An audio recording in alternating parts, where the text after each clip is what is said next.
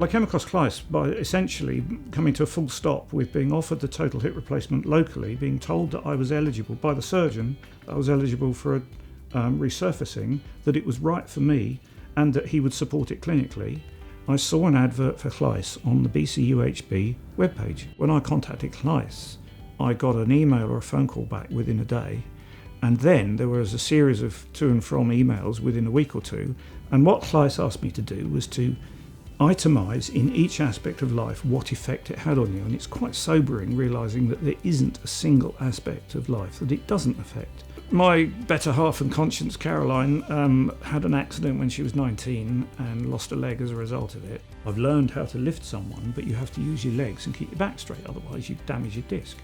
I can't do that with my hip at the moment. So I want to be able to keep being physically fit and active and able because I need to be and I want to be. If it wasn't for Llais, I wouldn't be where I am now. I wouldn't be on the waiting list for the operation that I need. I wouldn't be looking at being able to get back to physical activity, to fitness and to health again, and to earning some money because I haven't earned anything in 4 years while I'm waiting for this process to go through. They've made all the difference.